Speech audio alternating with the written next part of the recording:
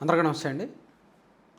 చంద్రబాబు నాయుడు గారు నాలుగోసారి ముఖ్యమంత్రిగా బాధ్యతలు చేపట్టిన తర్వాత ఆయన పెట్టిన తొలి సంతకం మెగా డిఎస్సి. ఆ తొలి సంతకం పూర్తి స్థాయిలో అమలు చేయడానికి, పూర్తి స్థాయిలో మెగా డిఎస్సి ప్రక్రియ పూర్తి చేయడానికి కూటమి ప్రభుత్వానికి సంవత్సరంన్నర టైం పట్టింది. సో దాదాపుగా 8 నెలల కిందట కొత్త టీచర్లు, కొత్త ఉపాధ్యాయులు డిఎస్సి 2025 ద్వారా రిక్రూట్ అయిన ఉపాధ్యాయులు విధుల్లో చేరారు. అంతా ప్రశాంతంగా ఉంది, అంతా సవ్యంగా ఉంది అనుకున్న తరుణంలో ఆ మెగా డిఎస్సి నిర్వహించడం ద్వారా ఒక పొలిటికల్ క్రెడిట్ తమ ఖాతాలో వేసుకోవాలి, నిరుద్యోగులకు ఉద్యోగాలు ఇచ్చాము, వైసీపీ హయాంలో నిర్వహించలేని మెగా డిఎస్సిని మేము నిర్వహించి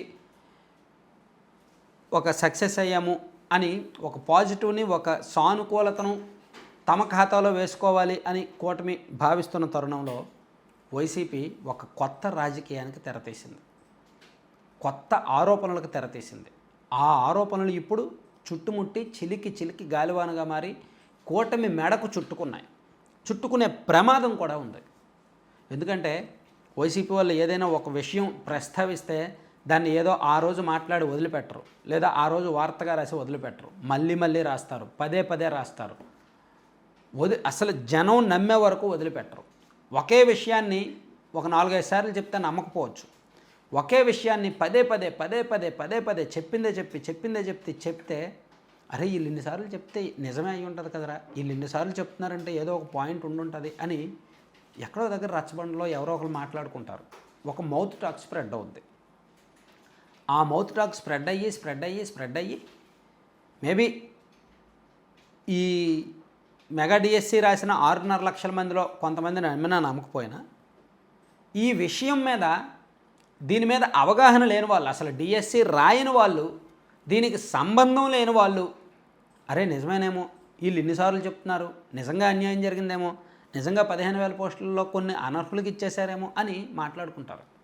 అది చాలా ప్రమాదకరం. అటువంటి రాజకీయం చేయడంలో వైసీపీ ఆరితేరింది, దిట్ట.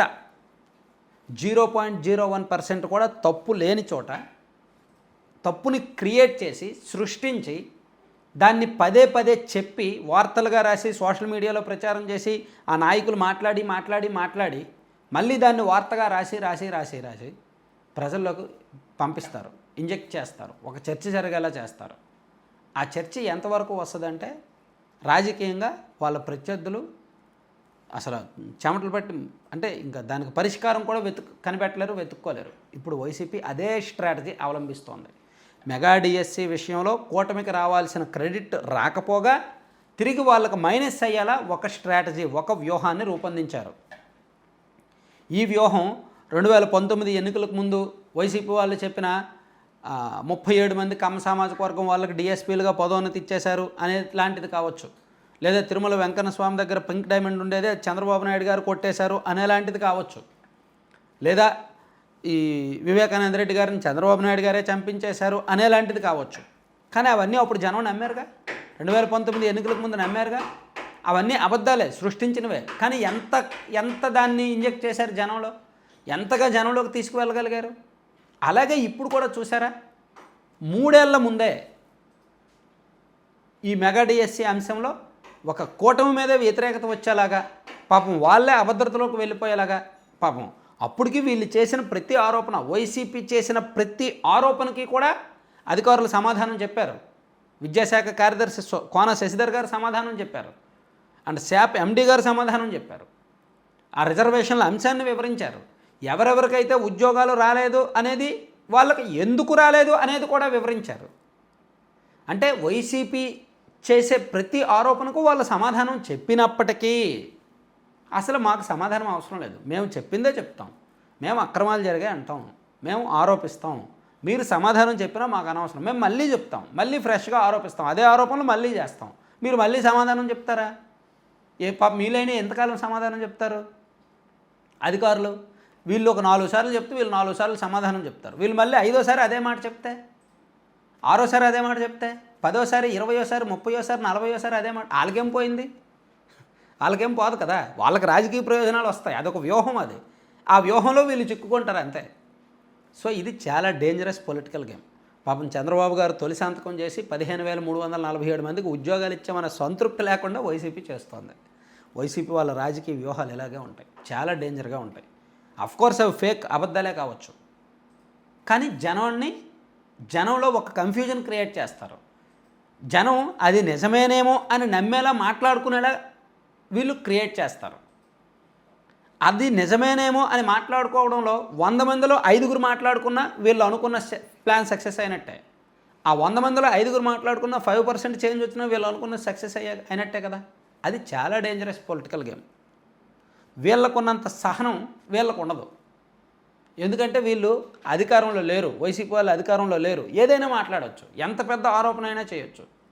వీళ్ళు ప్రతిదీ అరే వాళ్ళు చేసిన ప్రతిదీ మేము చెప్పాలా, మేము ఆల్రెడీ సమాధానం చెప్పాము, వాళ్ళకి అవసరమైతే కోర్టుకి వెళ్ళమను అని విసిగిపోవడం తప్ప వీళ్ళు ఇంకేం చేయలేరు. అధికారంలో ఉన్నవాళ్ళు విసిగిపోయి వాళ్ళు కోర్టుకి వెళ్ళనే అంటారు. వీళ్ళు మళ్ళీ అదే చెప్తారు. రేపు పొద్దున్న జగన్మోహన్ రెడ్డి గారి పాదయాత్రలో కూడా ప్రతి ఊర్లో అదే చెప్తాడు. కావాలంటే చూడండి, రాసి పెట్టుకోండి, ఈ పాయింట్ రాసి పెట్టుకోండి.